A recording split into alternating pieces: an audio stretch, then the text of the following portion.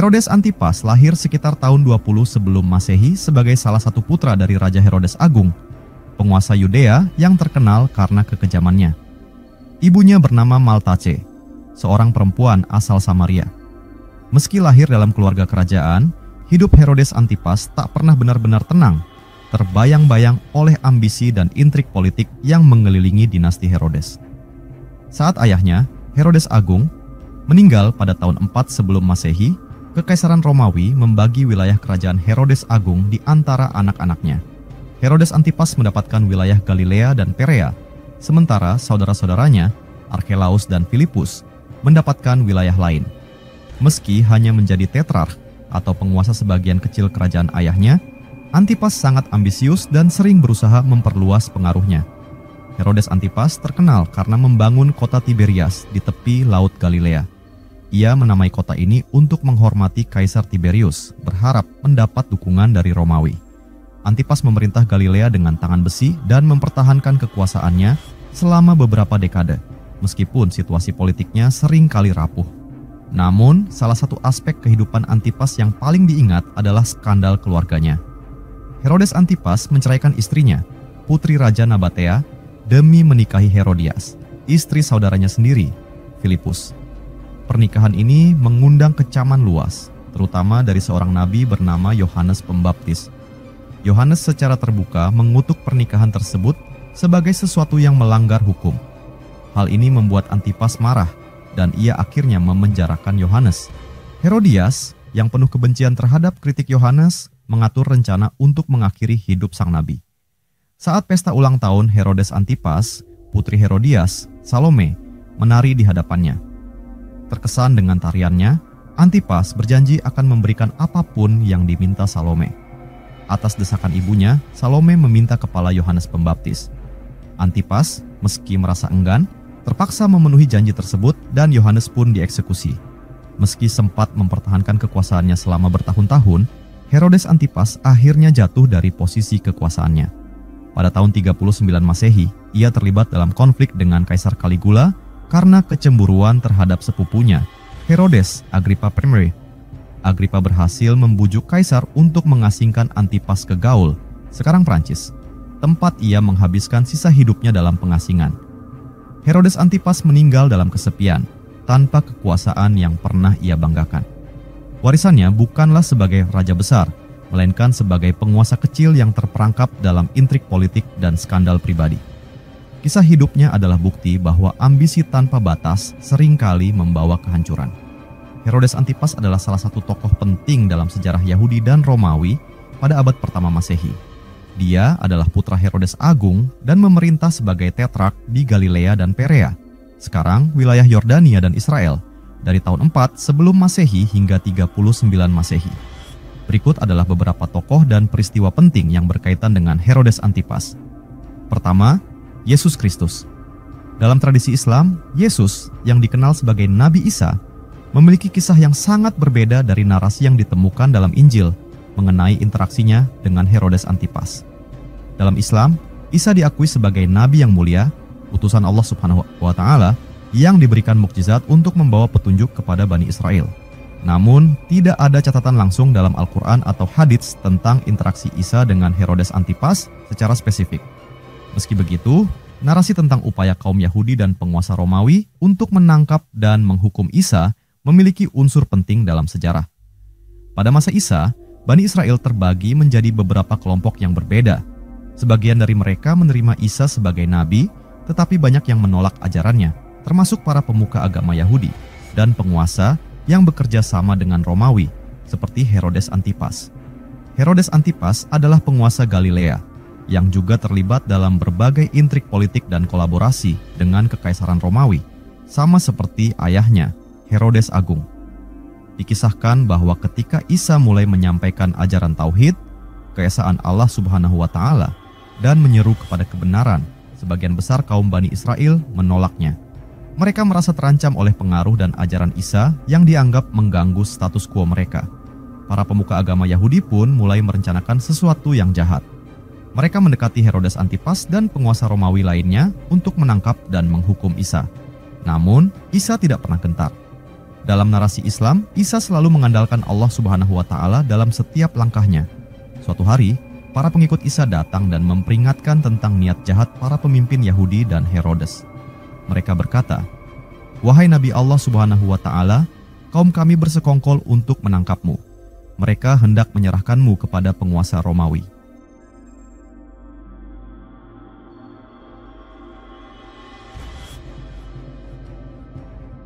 Isa menjawab dengan penuh keyakinan, "Sesungguhnya tidak ada yang dapat menimpaku kecuali apa yang telah Allah Subhanahu wa Ta'ala kehendaki. Aku hanya diutus untuk menyampaikan risalahnya. Jika Allah Subhanahu wa Ta'ala menghendaki keselamatanku, maka tidak ada seorang pun yang bisa mencelakaiku." Saat persekongkolan untuk menangkap Isa semakin mendekati puncaknya, Allah Subhanahu wa Ta'ala mengungkapkan kepada Isa bahwa waktu pengangkatan dirinya ke langit sudah dekat. Allah Subhanahu wa Ta'ala berfirman dalam Al-Quran, "Dan kami hukum juga karena ucapan mereka. Sesungguhnya kami telah membunuh Al-Masih, Isa putra Maryam, Rasul Allah Subhanahu wa Ta'ala. Padahal mereka tidak membunuhnya dan tidak pula menyalibnya, tetapi yang mereka bunuh adalah orang yang diserupakan dengan Isa bagi mereka." Quran Surat An-Nisa ayat 157. Ketika para tentara datang atas perintah Herodes dan kaum Yahudi, mereka mendapati bahwa Isa telah diangkat oleh Allah Subhanahu wa Ta'ala ke langit. Mereka menangkap seseorang yang mereka kira Isa, tetapi sesungguhnya itu bukan dia.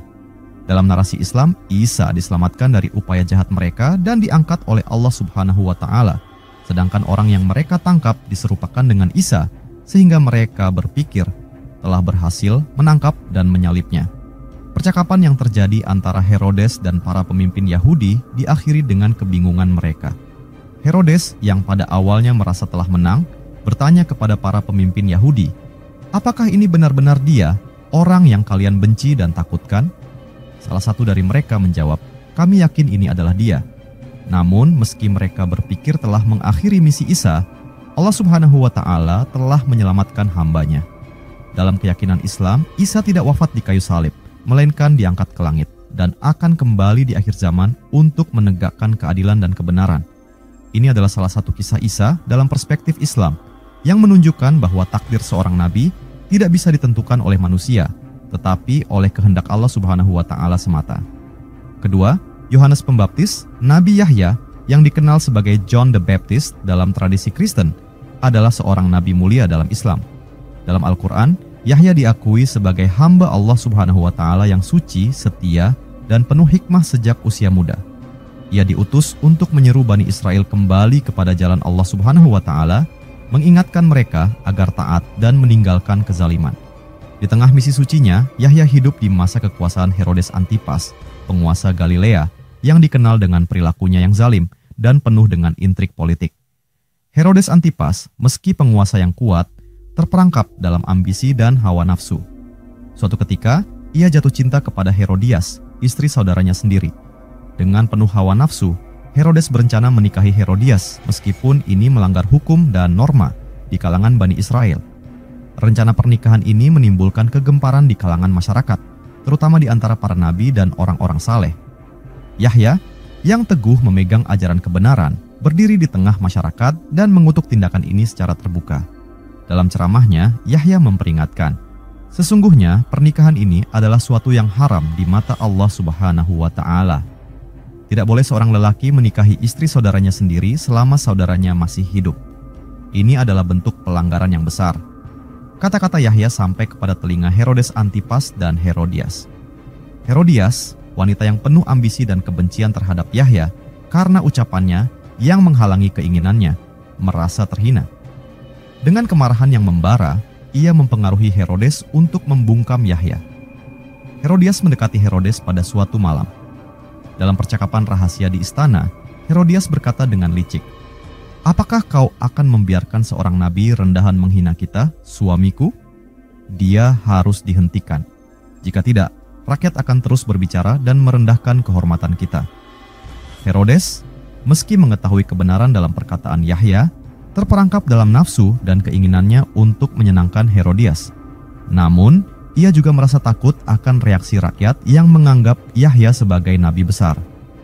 "Aku tahu Yahya berbicara dengan kebenaran. Tapi bagaimana mungkin aku bisa menghentikannya tanpa memancing kemarahan rakyat? Kata Herodes dengan keraguan. Herodias yang penuh dengan kebencian menyusun rencana licik. Pada suatu hari, ia menyuruh putrinya, Salome, untuk menari di hadapan Herodes saat pesta besar diadakan di istana. Salome, dengan kecantikan dan tariannya yang memukau, membuat Herodes terpesona. Saat suasana pesta mencapai puncaknya, Herodes berseru dengan penuh kekaguman, "Mintalah apapun yang kau inginkan, dan aku akan memberikannya." Salome, yang sudah bersekongkol dengan ibunya, mendekati Herodes dan berkata, "Aku ingin kepala Yahya di atas nampan."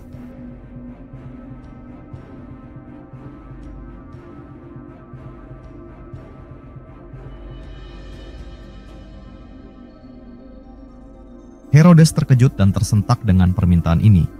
Dalam hatinya, ia tahu bahwa Yahya adalah hamba Allah Subhanahu wa Ta'ala yang benar.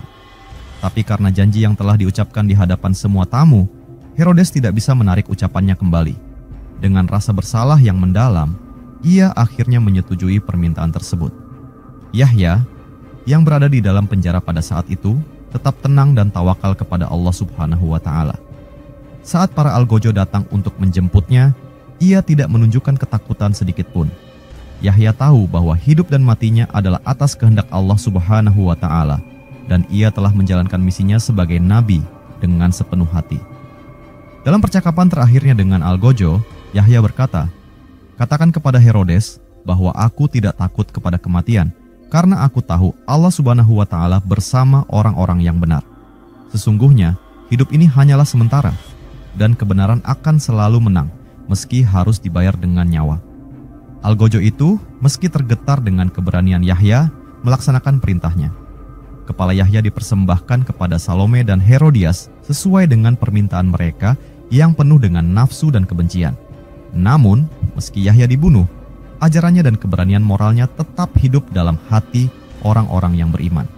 Herodes Antipas dan Herodias, di sisi lain, menghadapi akibat dari tindakan mereka yang zalim. Dalam Islam, Yahya adalah sosok nabi yang dihormati karena keteguhannya dalam menyampaikan kebenaran meski menghadapi penguasa yang zalim. Ketiga, Herodias. Herodias adalah istri Herodes Antipas yang juga memegang peran penting dalam sejarahnya. Pernikahan Antipas dengan Herodias kontroversial karena dia adalah istri dari saudara tirinya, Herodes Filipus. Pernikahan ini menjadi sumber ketegangan politik dan agama, terutama karena dikritik oleh Yohanes Pembaptis. Keempat, Salome. Dalam perspektif Islam, kisah Salome dan Herodes Antipas tidak ditemukan secara eksplisit dalam Al-Quran maupun hadits. Namun beberapa elemen kisah mereka dalam tradisi Kristen berkaitan dengan peristiwa yang melibatkan Nabi Yahya, John the Baptist, dapat dijelaskan melalui kerangka moral dan ajaran Islam. Yahya adalah seorang nabi mulia yang berani menyerukan kebenaran, bahkan ketika itu berarti menghadapi penguasa zalim seperti Herodes Antipas. Kisah ini mencerminkan bagaimana ketidakadilan dan hawa nafsu bisa menghancurkan kehidupan seseorang, meski tidak secara rinci dibahas dalam literatur Islam. Herodes Antipas adalah penguasa Galilea yang hidup di tengah kemewahan istana, tetapi hatinya dipenuhi dengan hawa nafsu. Ia jatuh cinta pada Herodias, istri dari saudaranya sendiri, sebuah hubungan yang dianggap sangat haram dan melanggar hukum moral. Herodias adalah perempuan yang ambisius dan haus kekuasaan, sementara Salome, putrinya dari pernikahan sebelumnya, tumbuh menjadi gadis yang cantik dan menarik perhatian banyak orang di istana. Nabi Yahya, yang selalu teguh dalam membela kebenaran, berbicara lantang menentang hubungan terlarang antara Herodes dan Herodias.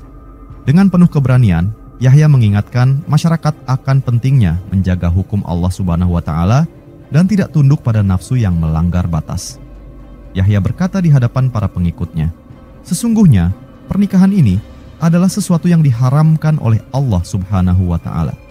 Tidak boleh seorang lelaki mengambil istri saudaranya sendiri selama saudaranya masih hidup. Ini adalah dosa besar dan pengingkaran terhadap hukum Allah Subhanahu wa Ta'ala." Kabar tentang penentangan Yahya ini akhirnya sampai ke telinga Herodias. Kebenciannya terhadap Nabi Yahya semakin membesar. Dia merasa terhina dan terancam, terutama karena rakyat mulai meragukan moralitasnya. Herodias pun mulai merencanakan sesuatu yang jahat, dan dia melihat Salome sebagai alat untuk melaksanakan niat buruknya. Pada suatu hari, diadakan pesta besar di istana Herodes Antipas. Para tamu undangan berkumpul, dihidangkan makanan dan anggur. Suasana penuh kemewahan. Herodias melihat ini sebagai kesempatan sempurna untuk menyingkirkan Nabi Yahya yang selama ini menjadi penghalang kebahagiaannya. Ia mendekati Salome dan membisikkan rencana jahatnya. Herodias berkata dengan lirih kepada putrinya, "Anakku, saatnya kau menari di hadapan Herodes dan para tamu. Kau akan memukau mereka semua, dan saat itu tiba, mintalah hadiah dari Herodes. Kau tahu apa yang harus kau minta." Salome, yang masih muda dan penuh ambisi, setuju untuk menjalankan rencana ibunya. Dia tahu bahwa ibunya ingin membungkam Nabi Yahya, tetapi tidak sepenuhnya memahami konsekuensi tindakan ini. Saat pesta mencapai puncaknya, Salome tampil di hadapan Herodes dan tamu-tamu istana. Dengan kecantikan dan tariannya yang memukau, Salome menarik perhatian semua orang di ruangan. Herodes, yang telah terpesona oleh pesona Salome, mengucapkan kata-kata yang kelak akan dia sesali.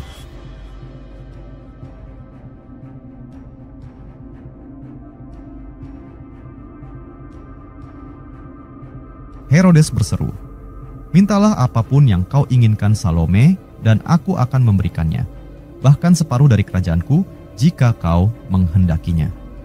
Salome, yang telah dipengaruhi oleh ibunya, mendekati Herodes dan dengan penuh keyakinan berkata, "Aku ingin kepala Nabi Yahya di atas nampan."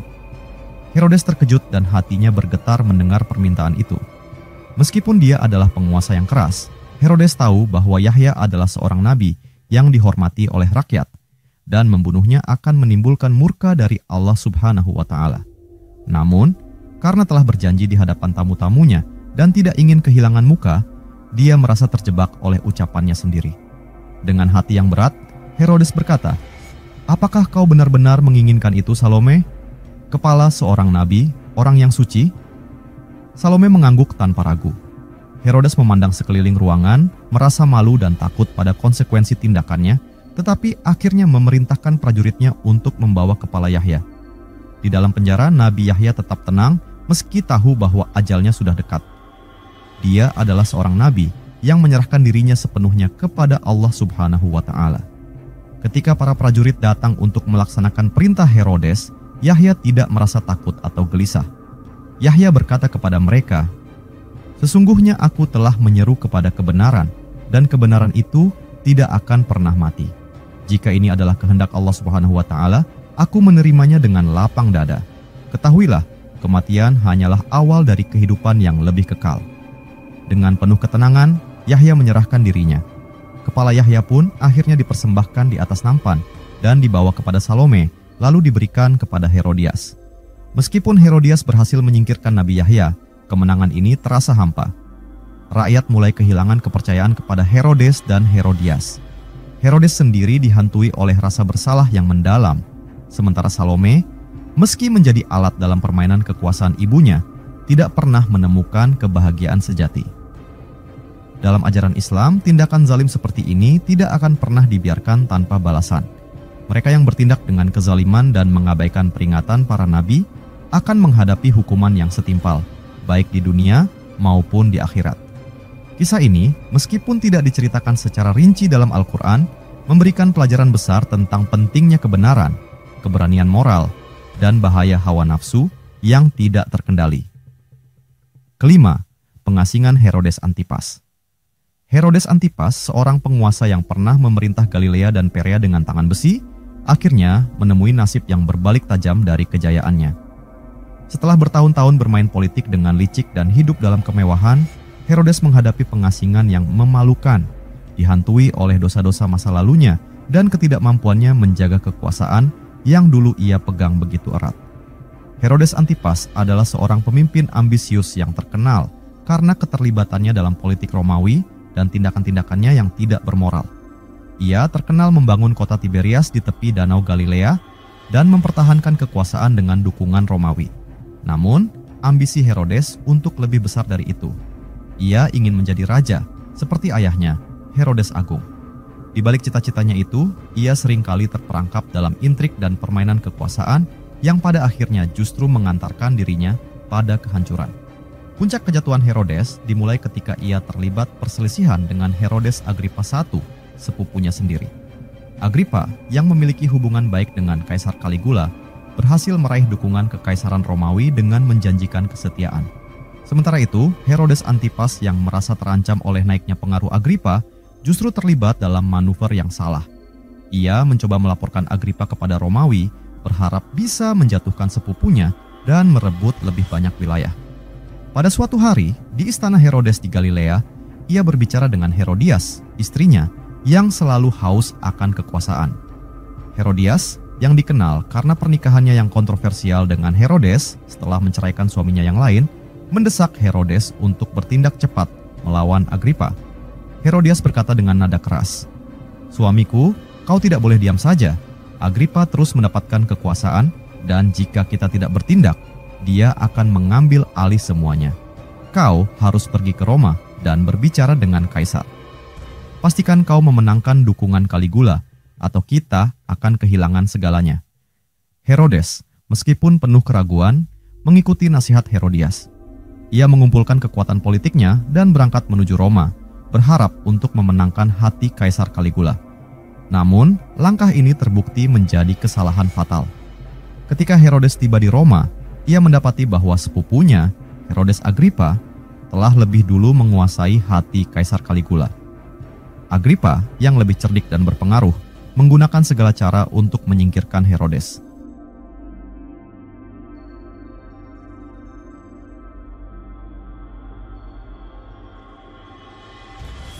Dalam pertemuan rahasia dengan Kaisar, Agrippa memfitnah Herodes dengan tuduhan serius bahwa Herodes Antipas berencana untuk memberontak melawan Romawi dan mengambil alih kekuasaan.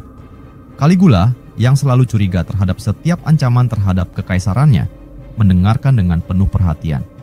Dengan ketenangan yang menusuk, Agrippa berkata kepada Kaisar, "Tuan Kaisar, sepupu saya, Herodes Antipas, menyimpan senjata dalam jumlah besar. Dia bukan lagi sekutu setia Anda. Saya khawatir dia merencanakan pemberontakan untuk merebut kekuasaan." Caligula, yang terkenal mudah tersinggung dan tidak toleran terhadap ancaman, memandang Herodes dengan mata penuh kecurigaan. Tanpa perlu banyak bukti lagi, Kaisar segera mengeluarkan keputusan.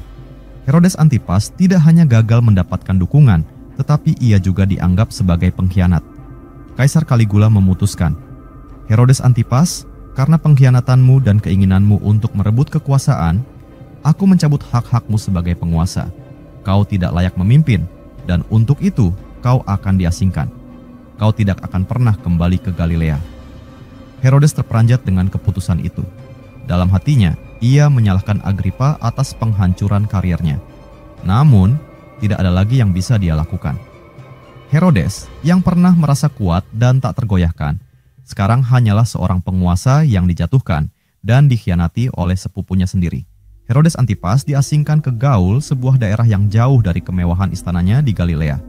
Bersama dengan Herodias, ia menjalani hari-harinya di pengasingan, hidup dalam kehinaan dan kesepian. Herodes kehilangan segalanya, kekuasaannya, rakyatnya, dan harga dirinya. Setiap hari, ia merenungi kesalahannya, terutama bagaimana ia terjebak dalam intrik politik yang justru menghancurkannya.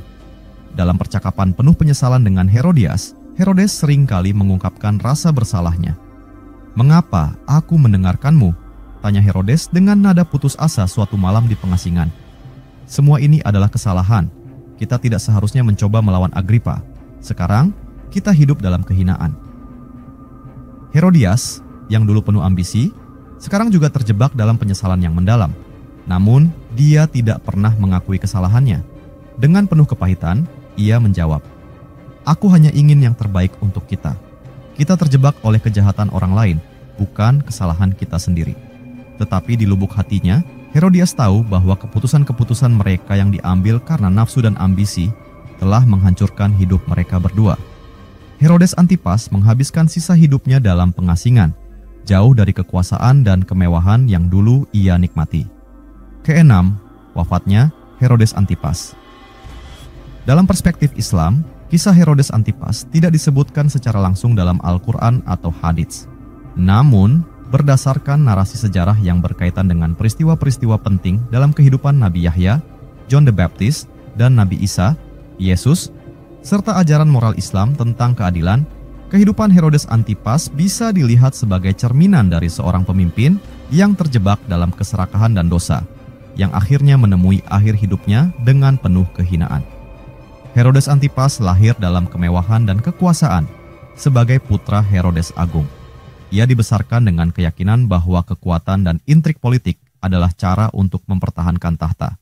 Sebagai penguasa Galilea, ia menikmati kehidupan penuh kemewahan, dikelilingi oleh pembantu, pengikut, dan istana megah yang dibangun di atas penderitaan rakyat.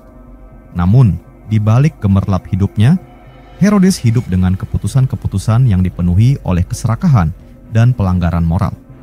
Salah satu perbuatannya yang paling mencolok adalah pernikahannya dengan Herodias, istri saudaranya sendiri.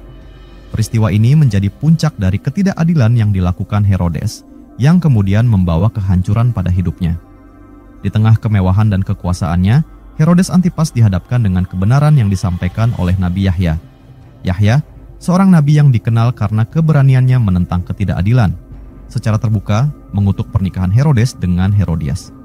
Dengan lantang, Yahya berkata di hadapan rakyat, apa yang dilakukan oleh Herodes adalah haram di hadapan Allah Subhanahu wa Ta'ala. Tidak boleh seorang lelaki mengambil istri saudaranya sendiri. Ini adalah dosa besar yang menuntut keadilan ilahi. Kata-kata Yahya menyebar dengan cepat di kalangan masyarakat, memicu kebencian di hati Herodias yang merasa terhina oleh penentangan itu.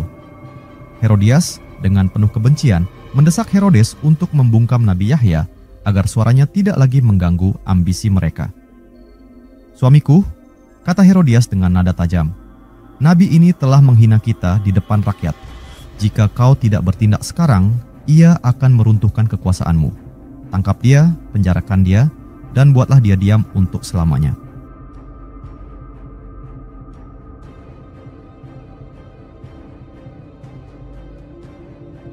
Herodes, yang pada dasarnya takut akan amarah rakyat karena menghormati Yahya sebagai nabi, merasa terjebak di antara tuntutan istrinya dan rasa takut akan murka Allah Subhanahu wa Ta'ala. Meski ragu-ragu, ia akhirnya menuruti Herodias dan memerintahkan penangkapan Yahya.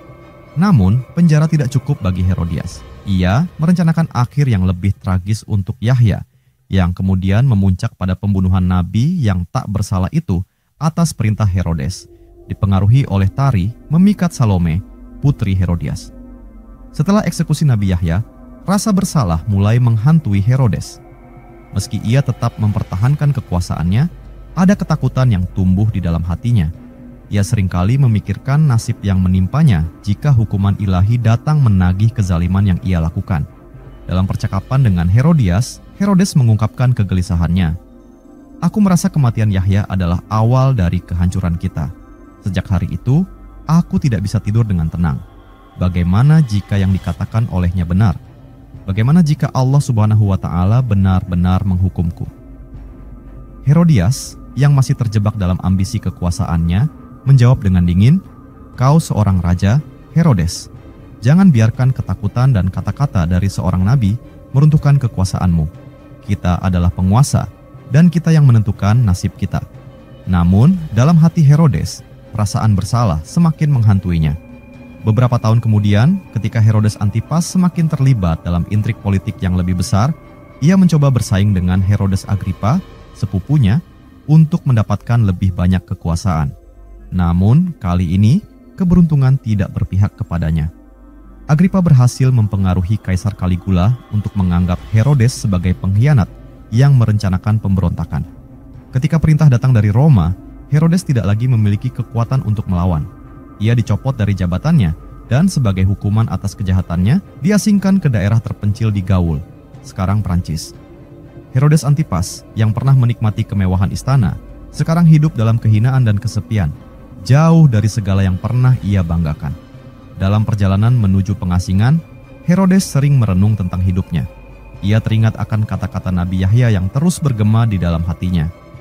Kebenaran akan selalu menang, meski harus dibayar dengan nyawa. Di pengasingan, Herodes mulai merasakan beban berat dari keputusan-keputusannya yang penuh dosa. Dalam percakapan terakhirnya dengan Herodias, ia mengungkapkan penyesalannya. Semua ini adalah kesalahan kita, kata Herodes dengan suara lemah. Kita telah membunuh seorang nabi, dan sekarang aku merasakan akibatnya. kita kehilangan segalanya. Kekuasaanku, kehormatanku, semua hilang karena dosa-dosaku. Herodias, yang juga hidup dalam kejatuhan, hanya bisa terdiam. Ia tahu bahwa semua ambisi dan intriknya telah berujung pada kehancuran mereka. Herodes Antipas meninggal di pengasingan, jauh dari kekuasaan dan kemegahan yang dulu ia nikmati. Ia menghabiskan hari-hari terakhirnya dalam penyesalan dan kesepian, menyadari bahwa hidup yang dipenuhi dengan ambisi, nafsu, dan ketidakadilan hanya membawa kehancuran pada akhirnya. Dalam pandangan Islam, akhir hidup Herodes Antipas menjadi pelajaran penting tentang keadilan ilahi. Kekuasaan yang dibangun di atas dosa dan ketidakadilan tidak akan bertahan lama, dan mereka yang menindas kebenaran pada akhirnya akan menghadapi akibat dari tindakan mereka. Herodes Antipas mungkin pernah merasa tak terkalahkan, tetapi pada akhirnya takdir menunjukkan bahwa tidak ada yang bisa lari dari keadilan Allah Subhanahu wa Ta'ala. Kisah Herodes Antipas, meskipun berasal dari sejarah yang tidak secara langsung terkait dengan ajaran Islam, menyimpan banyak pelajaran penting yang relevan bagi kaum muslim. Sebagai seorang pemimpin yang pernah berada di puncak kekuasaan, Herodes Antipas terjerat dalam ambisi, hawa nafsu, dan ketidakadilan. Kehidupannya adalah cerminan dari bagaimana keserakahan dan kezaliman dapat menghancurkan seorang pemimpin, serta menunjukkan konsekuensi dari menyalahgunakan kekuasaan. Herodes Antipas adalah penguasa yang memiliki kekuatan, tetapi keserakahannya untuk lebih banyak kekuasaan, kekayaan, dan pengaruh membuatnya melampaui batas. Dalam Islam, Allah Subhanahu wa Ta'ala mengajarkan umatnya untuk bersikap rendah hati dan menjaga agar ambisi tidak menguasai hati. Rasulullah bersabda, "Barang siapa yang rendah hati karena Allah Subhanahu wa Ta'ala, niscaya Allah Subhanahu wa Ta'ala akan meninggikannya. Barang siapa yang sombong, niscaya Allah Subhanahu wa Ta'ala akan merendahkannya." Hadits riwayat Muslim. Kisah Herodes mengajarkan umat muslim untuk mewaspadai keserakahan dan ambisi yang tidak terkendali, karena hal tersebut akan membawa kehancuran baik di dunia maupun akhirat. Sebagai penguasa, Herodes gagal menegakkan keadilan dan moralitas.